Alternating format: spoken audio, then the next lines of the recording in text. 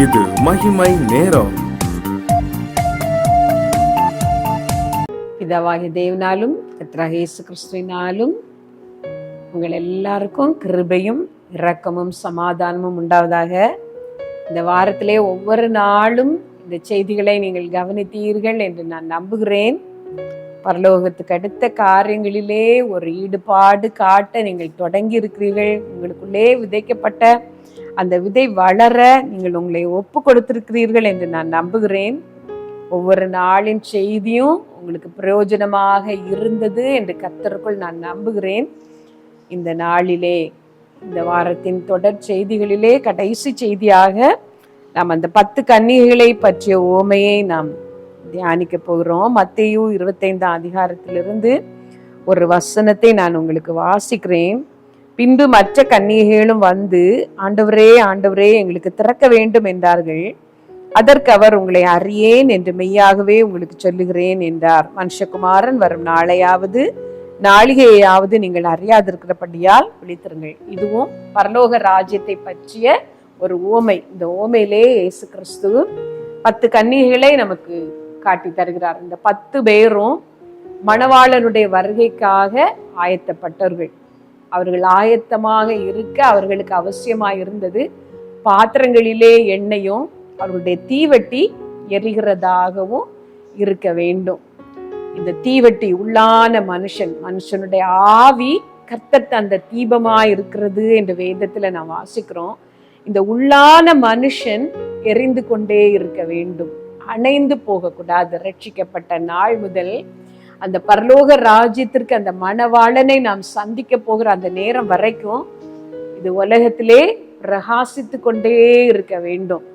இயேசு கிறிஸ்து நமக்கு சொல்லி தந்திருக்கிறார், உங்கள் நற்கிரியைகளை கண்டு உங்கள் பிதாவை மனுஷர் மகிமைப்படுத்தும்படி உங்கள் வெளிச்சம் அவர்கள் முன்பாக பிரகாசிக்க கடவுது. நமக்குள்ளே நற்கிரியைகள் இருந்து கொண்டே இருக்க வேண்டும். நற்கிரியைகள் தான் வெளிச்சம் என்று வேதம் நமக்கு கற்றுத்தருகிறது. அந்த வெளிச்சம் உலகத்திற்கு வீசிக்கொண்டே இருக்க வேண்டும்.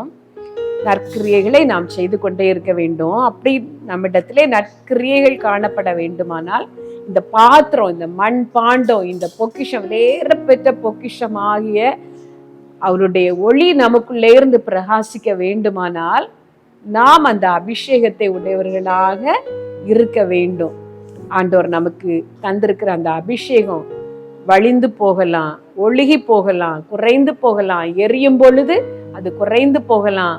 ஆனா அதை நாம் காத்து கொள்ள வேண்டும். எப்பொழுதும் அந்த அபிஷேகம் நமக்குள்ளாலே நிரம்பி இருக்க வேண்டும். இந்த வேத பகுதியிலே நாம் பார்க்கிறோம், விற்கிறவர்களிடத்திலே போய் அதை வாங்குங்கள் என்று சொல்லி. அப்படியானால் அதை விற்கிறவர்கள் எல்லாரும் கன்னிகைகள் கிடையாது. கர்த்தருக்காக பிரகாசித்து அந்த எண்ணெய் குறையாதபடி காத்து கொள்ளுகிறவர்களே பரலோக ராஜ்யத்திற்கு தகுதிப்படுகிற மணவாட்டிகளாகிய கன்னிகைகள். நாம் அதை குறைந்து போகும் பொழுதெல்லாம் அதை பெற்றுக்கொண்டே இருக்க வேண்டும்.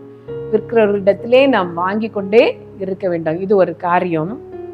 2வது, நடுராத்திரியிலே மணவாளன் வருகிறார் என்கிற சத்தம் நம்முடைய காதுகளிலே கேட்க வேண்டும். இந்த உவமையிலே எல்லாரும் தூங்கி விடுகிறார்கள், சோர்ந்து போய் தூங்கி விடுகிறார்கள். மணவாளன் வர தாமதித்த பொழுது எல்லாரும் நித்திரை அடைந்து தூங்கி விட்டார்கள் என்று சொல்லி வேதத்துல நாம் பார்க்கிறோம். நடுராத்திரியிலே தான் அந்த சத்தம் கேட்கிறது. வேதத்துல நாம் ஒரு பெண்ணை பற்றி பார்க்கிறோம். அவளுக்கு நடுராத்திரியிலே அவளுடைய மணவாளனுடைய சத்தம் கேட்டது. அதுதான் அந்த சூலமித்தி. இரவிலே நான் தூங்கினேன், ஆனால் என் இருதயமோ தூங்கவில்லை, கதவை தட்டுகிற என் நேசருடைய சத்தத்தை நான் கேட்டேன் என்று சொன்னாள். இந்த உலகத்தின் காரியங்களிலே தூங்கி விடலாம், ஆனா அந்த நேசருடைய சத்தம் கேட்க வேண்டும். என் இருதயமோ விழித்திருந்தது என்று அவள் சொல்லுகிறாள். உன்னத பாட்டு 5வது அதிகாரத்திலே நாம் பார்க்கிறோம். அந்த நேசருக்காக அவள் காத்திருக்கிறாள். அந்த சத்தம் கேட்கிறது. அது ஒரு அன்பின் பிணைப்பு. ஏன் அவளுடைய இருதயம் அந்த நேசர் வந்து தட்டின பொழுது அந்த சத்தத்தை உடனே இனம் கண்டு கொண்டதென்றால் அவள் அந்த நேசருக்காக அவள் காத்திருந்தாள். அவளுடைய இருதயம் அந்த சத்தத்திற்காக ஏங்கியிருந்தது. நான் நித்திரை பண்ணினேன், என் இருதயமோ விழித்திருந்தது. என் கதவை தட்டுகிற என் நேசரின் சத்தத்தை நான் கேட்டேன். இந்த உலகத்துல என்ன வேலை செய்தாலும் தூங்கினாலும் கூட அந்த நேசரின் சத்தம் கேட்கும். அவர் வருகிறார் என்பது தெரியும். அதே போல அந்த சூலமித்திக்கு அந்த நேசரின் மேல் ஒரு அன்பு, ஒரு பிணைப்பு, ஒரு பந்தம், ஒரு பாண்ட் இருந்ததினாலே அவளுக்கு அது எளிதாக அந்த சத்தத்தை கேட்க முடிந்தது. நமக்கும் அப்படிதான். அந்த நேசரோடு ஒரு உறவு இருக்க வேண்டும். ஏனென்றால் அந்த மறுக்கப்பட்ட 5 பெண்களுக்கும் அந்த மணவாளன் சொன்ன காரியம், உங்களை நான் அறியேன். அவருக்கு தெரியவில்லை அவர்களை. ஒரு பெண் ஒரு பள்ளிக்கூடத்திலே வேலை பார்க்கிறார்கள் என்று வைத்துக் கொள்ளுங்கள். அவளுடைய பள்ளிக்கூடத்திலே போய் அவள் பெயரை சொல்லி தெரியுமா என்று கேட்டால், ஆமா தெரியும் என்று எல்லாரும் சொல்வார்கள். இந்த பள்ளிக்கூடத்திலே தான் ஆசிரியராக இருக்கிறாள், நன்றாக படித்து கொடுப்பாள், பிள்ளைகளுக்கு என்று தனியாக அக்கறை செலுத்துவாள் என்று சொல்வார்கள்.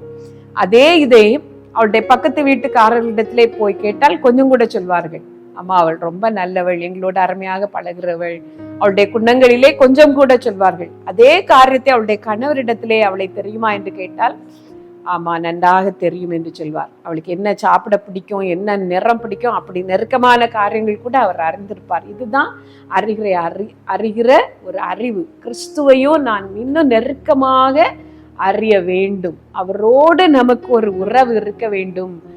அவரை நாம் இன்னும் நேசிக்க வேண்டும், நெருங்கி பழக வேண்டும், அடுத்து நாம் பழக வேண்டும். அவரோடு செலவழிக்கிற நேரங்கள் அவரோடு நமக்கு ஒரு பழக்கத்தை ஏற்படுத்தி தரும். இந்த கன்னிகைகள் உவமையிலே நாம் கற்றுக்கொள்கிறது ஒன்று, நற்கிரியைகள் நம்முடைய பந்தம் எரிந்து கொண்டே இருக்க வேண்டும். 2வது நடுராத்திரியிலே அந்த சத்தம் நம்முடைய காதுகளுக்கு கேட்க வேண்டும். 3வது அறிந்திருக்க வேண்டும். கர்த்தர் தாமே ஆவிக்குரிய வாழ்க்கையிலே இந்த எல்லா நன்மைகளையும் உங்களுக்கு தந்து ஆசீர்வதிப்பாராக. நாம் ஜெபித்து முடிக்கலாம். சர்வ வல்லமையுள்ள எங்கள் நல்ல தகப்பனே, இந்த வாரம் முழுவதும் நாங்கள் கேட்ட செய்திகளை உங்களுடைய கரத்திலே ஒப்பு கொடுக்கிறோம். இந்த வார்த்தைகளுக்காக, நீர் எங்களோடு இடைப்பட்ட இந்த வசனங்களுக்காக உங்களுக்கு ஸ்தோத்திரம். நீர் சொல்லி இருக்கிற இந்த உவமைகளுக்காக ஸ்தோத்திரம். கர்த்தாவே, உம்முடைய வேதத்தின் ரகசியங்களை அறியும்படி எங்கள் எல்லாருடைய கண்களையும் நீர் திறந்தருளும். இன்னும் அதிகமாக உம்முடைய வேதத்தை நேசிக்க, உம்முடைய வார்த்தைகளை தியானிக்க எங்களுக்கு பலன் தாரும் ஆண்டவரே. வார்த்தைகள் தான் வளர்ந்து பெறுகிறது, பலன் தருகிறது, 100 மேனி பலன் தருகிறது என்று சொன்னீர். அதிகமாய் உடைய வார்த்தைகளின் முக்கியத்துவத்தை எங்கள் வாழ்க்கையிலே நாங்கள் அனுபவிக்க செய்யும் கர்த்தாவே. இந்த செய்தியை கேட்ட ஒவ்வொருத்தரையும் ஆசீர்வதியும், ஒவ்வொரு குடும்பங்களையும் ஆசீர்வதியும், அவர்கள் குறைகளை எல்லாம் நிறைவாக்கும். இந்த மகிமை டிவிக்காக விசேஷமாய் நாங்கள் ஜெபிக்கிறோம். உங்களுடைய அபிஷேகம் ஒரு தடவை கூட அந்த ஊழியத்தின் மேல் இறங்க நாங்கள் ஜெபிக்கிறோம்.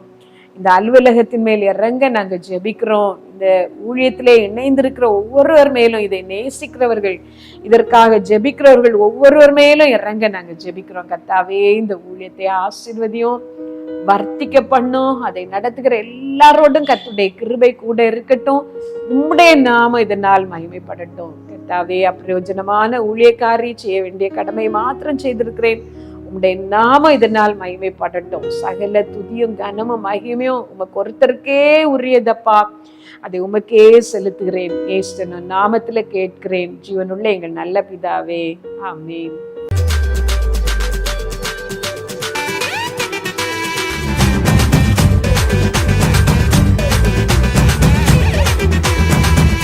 மகிமை மகிமை